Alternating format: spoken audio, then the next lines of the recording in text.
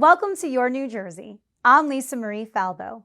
On today's show, we'll meet a New Providence mother who turned tragedy into inspiration with her series of grassroots efforts aimed to spread awareness for autism. But first, Face New Jersey is a private social media group that advocates for those living in long-term care. It was created in response to thousands of New Jersey residents in long-term care living in isolation from their families for more than a year due to the COVID-19 pandemic. Joining us now is Face New Jersey's founder, Bill Borelli. Bill, thank you so much for joining us. Thank you for having me. What inspired you to create Face New Jersey? Well, when I saw my mother, who lived in long-term care, after 4 months of living in isolation, I saw her for the first time at a distance, because remember, we weren't permitted to visit at all for many months after the March 2020 lockdowns. I noticed a change in her. And I realized that many other people who had loved ones in long-term care were realizing that their loved ones were changing. And it was, for me, the dramatic weight loss, her anxiety, depression. She was frailer than she had been. And I felt like all of us with loved ones in long-term care who were suffering due to isolation needed to band together, support each other, and maybe influence change. And that was why we came together. I founded FACE New Jersey. FACE stands for Family Advocate Care Experience. At the time, they would keep out visitors from long-term care, thinking that was protecting them. And what we realized is that family members aren't social visitors, we're essential caregivers. And by leaving out essential caregivers and preventing that emotional connection with our loved ones, they were deteriorating, and we needed to do something about it. You can speak to this firsthand about the impact of living in isolation in long-term care. Tell us what your mother went through. Yeah, so at first, my mother, at the time of the lockdown, she was 94 years old, and she was legally blind, which has nothing to do with anything but, her vision. And as family members, we would often take her out, interact with her, talk with her, and provide some support, because her vision kind of was an impediment to her daily life and daily living. Jovial person, smart person, tough Italian-American kind of individual. And over the months of phone conversations, I used to make a list from A to Z of how she changed. And it started with, anxiety and not eating and the frailty, all the way to Z, which was zero interaction with her family. And, for her and for so many in long-term care, family is so essential to their living experience, to their life, especially when you're nearing the end of your life. And to say no family, to just declare that. When they made the decision to go into long-term care, they didn't sign something that said, in the event of a global pandemic, your family will be shut out from seeing you and you won't be able to interact with them for a year. I mean, that is so hard to believe. So that's kind of why we came together. My mother was the lens into the crisis for me, but when I banded together with others, we were all going through the same situation. How did you find those other people to band with to grow this group at such a rapid pace? So this is the kind of remarkable part. I never formed a social media group before. I'm not an advocate by nature. And so I thought, I had gone to see my mother one day in July, and I was about 20 feet away from her because we weren't able to get any closer than that. We were outside, and I was so frustrated. And I asked my brother, who was with me, gave him my cell phone. I asked him to turn on video, and I'm going to talk to camera, and I'm going to announce the creation of a social media group, and we're going to put an end to this craziness.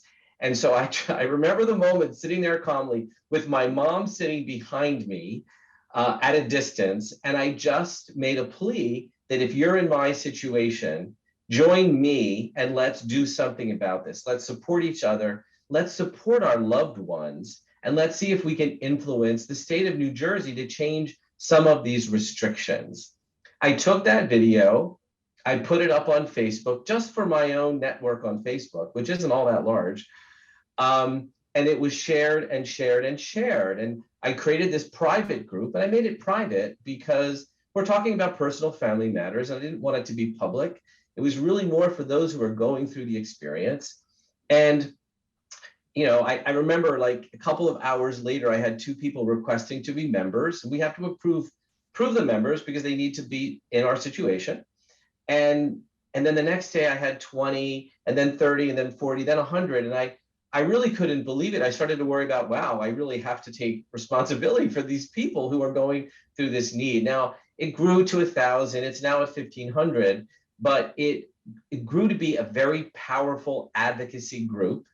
And we did email writing blitzes. We called them rallies. They were virtual rallies to the Department of Health in the state of New Jersey, and for all of us to explain what we were going through and why we needed to be let in. And we asked the government to consider essential caregiver status for us, because we as family members are essential.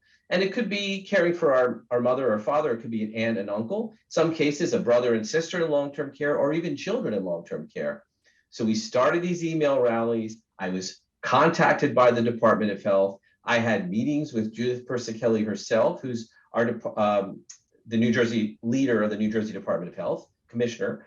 And in the end of August, beginning of September, they did create something called essential caregiver status, which allowed family members to not just visit 20 feet away or through a window, but to go in the room with PPE and interact with our loved ones as we would have done, all the years before the pandemic. And that was the beginning of real change and real improvement, by creating essential caregiver designations for all of us who applied and proved that we were indeed essential to our loved ones. How gratifying is it that you and your new band of friends got through to the lawmakers in Trenton? Yeah, I never really interacted with government before, and I sort of feel like I made it up as I went along. It was extremely gratifying. First of all, it was gratifying that the government listened and understood.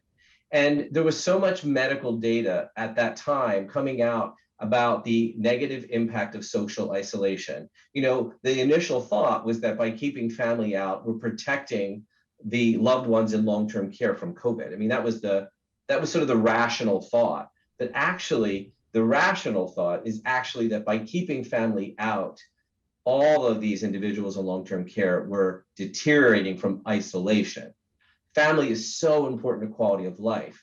And when the understanding started to change a little bit, that's when the essential caregiver status came out. And I was just so delighted to see people post on social media in our group pictures of them with their loved one. It was always a masked face next to a masked face, mother, daughter, father, son, but they were in their room and they could touch, they could hug safely.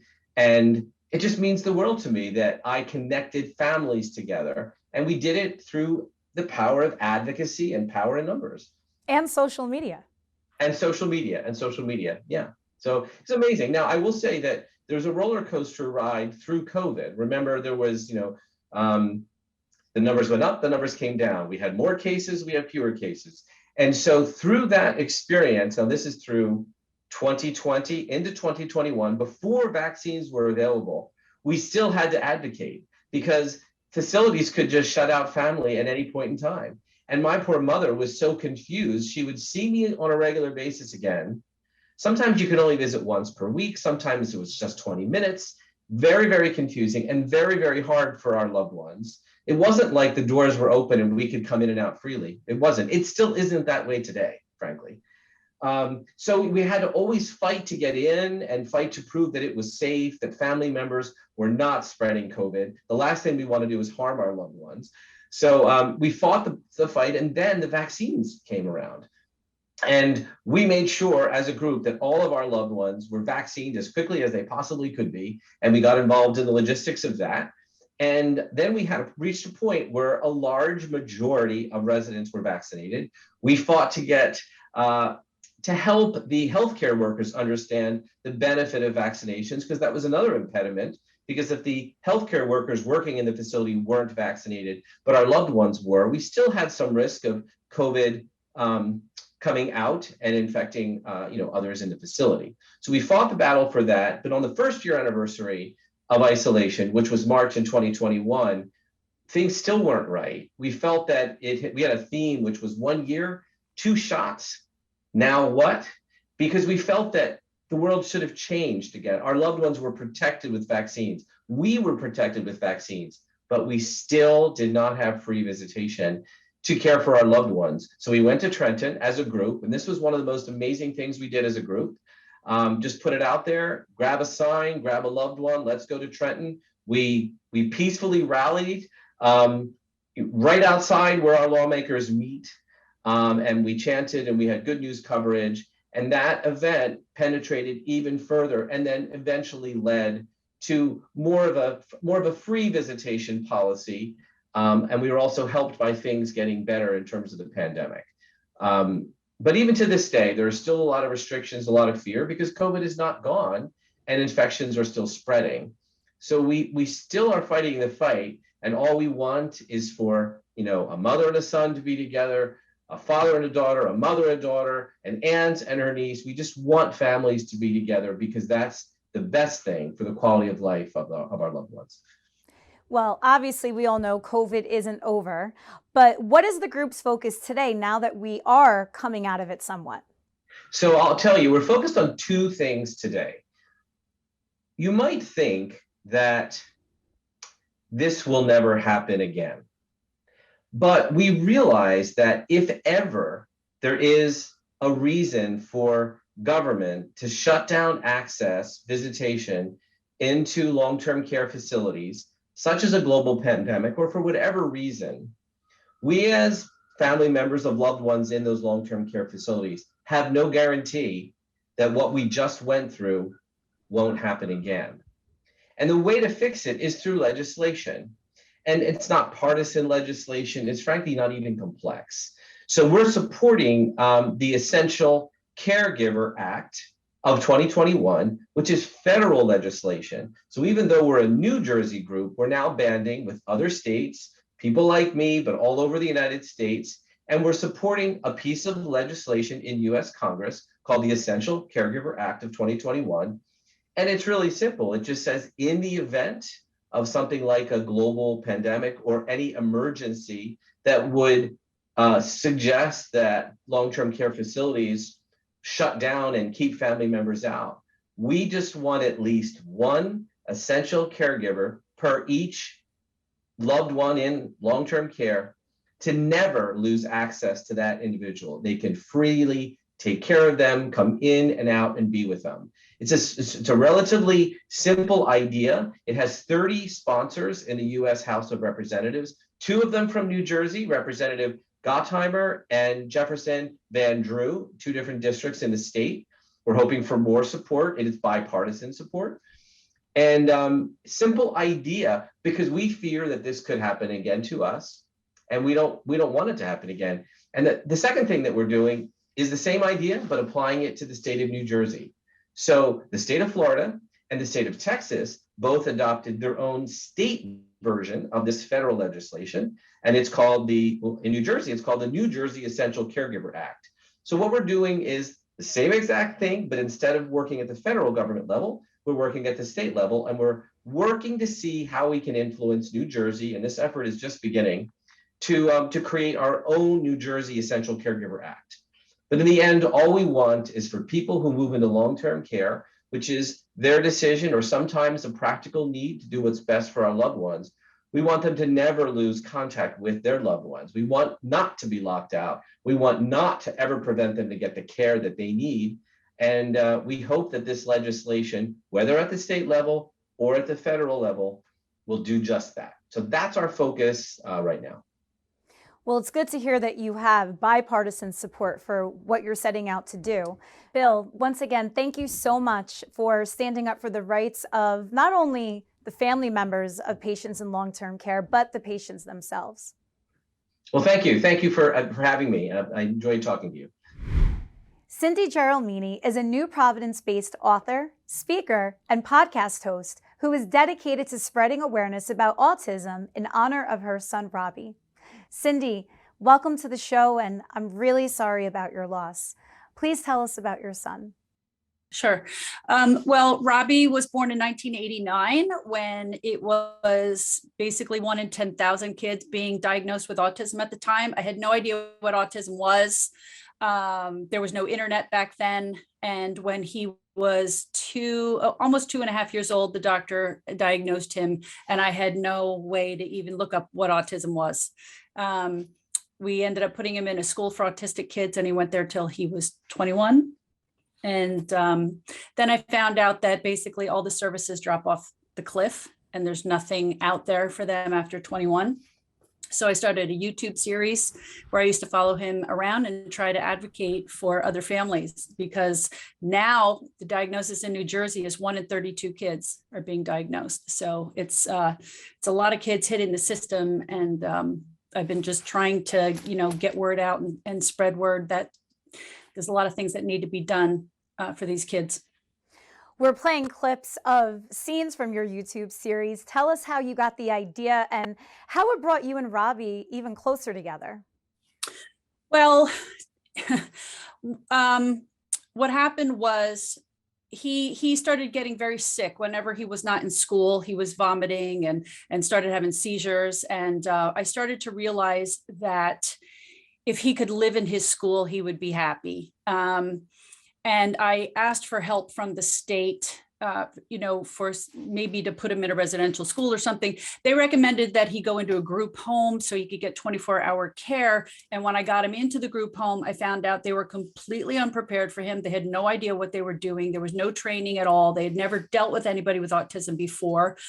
They were afraid of him and they were calling the police. I showed up one day and they were taking him out in handcuffs, and it was just one disaster after another. So I just started taking my phone and turning on the camera and just videotaping, because I wanted to be able to explain to friends and family what was going on. And I didn't want to keep repeating myself. So I just said, well, I'll just videotape it and I'll just throw it up on a YouTube channel.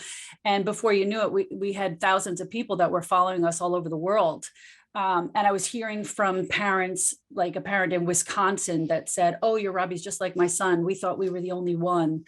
I heard from people that got a new job working as an aide with people with autism, and they were trying to do what I tried to do. They were researching and they'd Google and they found my channel and they said, "Well, now I fell in love with Robbie and now I can't wait to start my new job."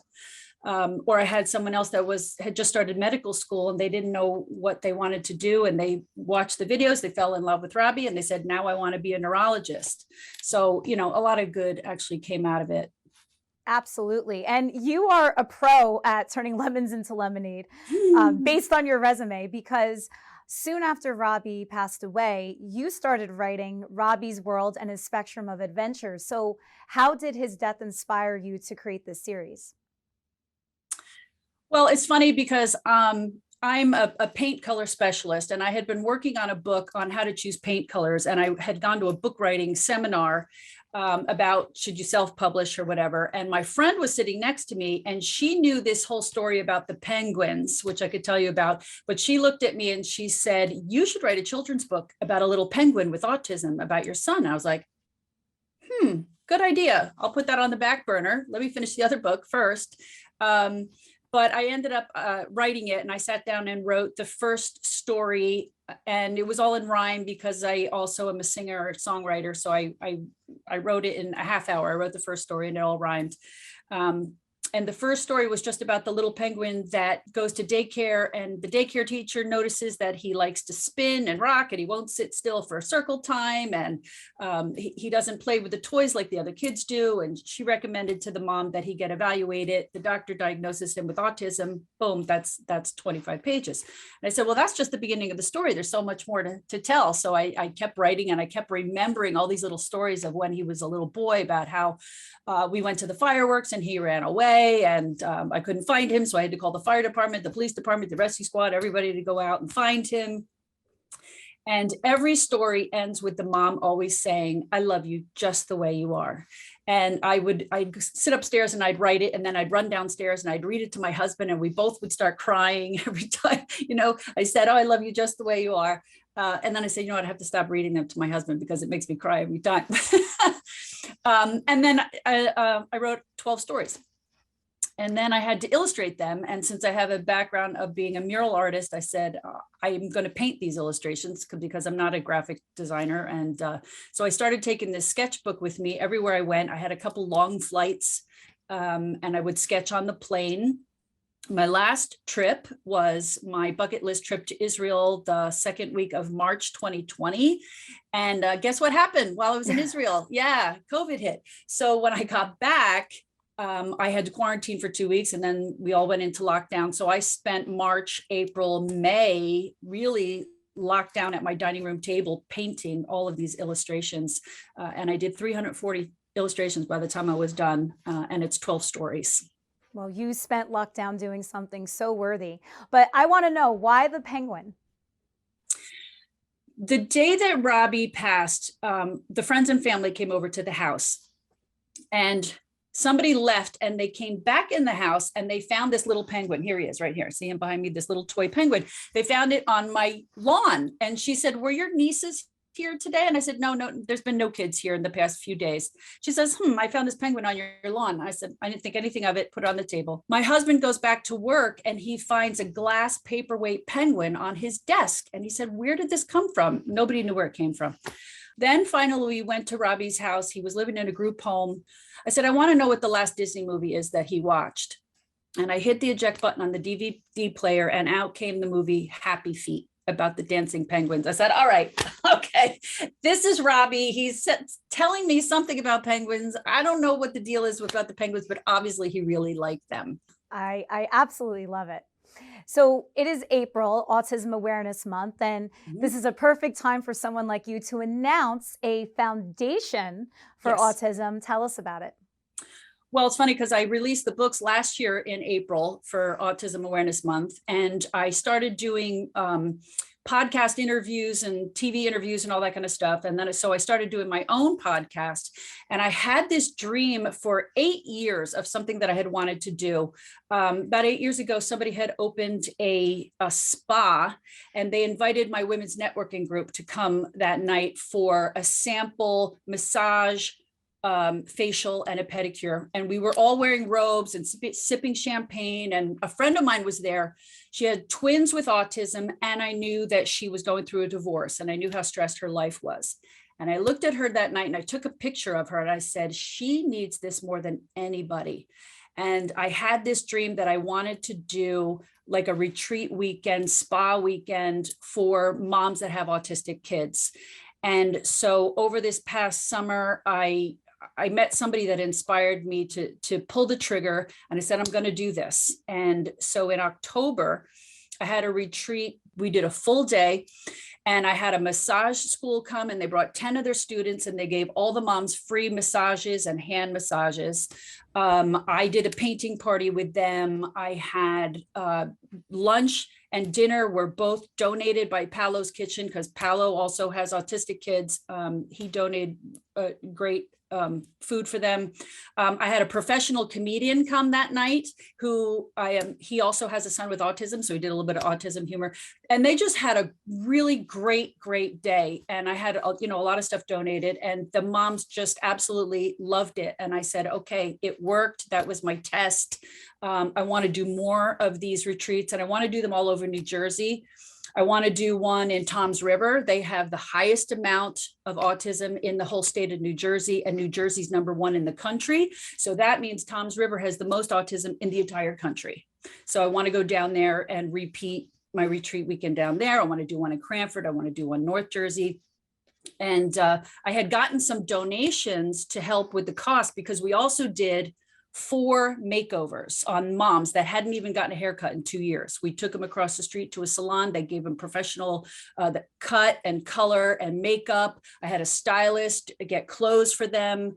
And then a professional photographer did headshots for them. And then we did a big reveal, which was so much fun. I projected their before photo, and then we played music, and then the moms came out like a fashion show, and everybody went crazy because they look so great. So, so donations go to help to pay for the makeovers and the clothes. They'll go for food, hotel, that type of thing.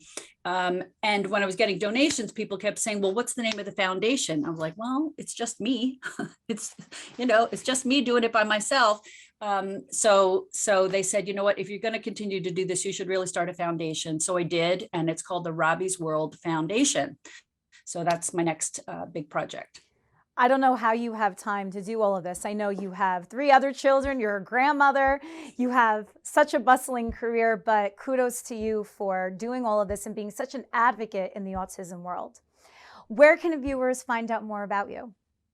I have a website. It's called robbysworldbook.com. And on that website, you can find the podcast where I talk to all moms all over New Jersey, and also professionals, people in the medical field, attorneys, anything that I can do to help other moms that have autistic kids. So they can find the podcast there, my YouTube channel, the books, and also there's a page on there about the foundation. So if there's a donate button, if they'd like to donate to help these moms just get a day to relax.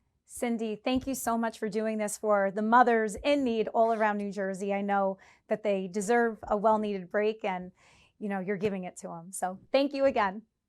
You're welcome. Thank you for having me. Thank you for joining me on Your New Jersey. I'm Lisa Marie Falvo. We'll see you back here next week.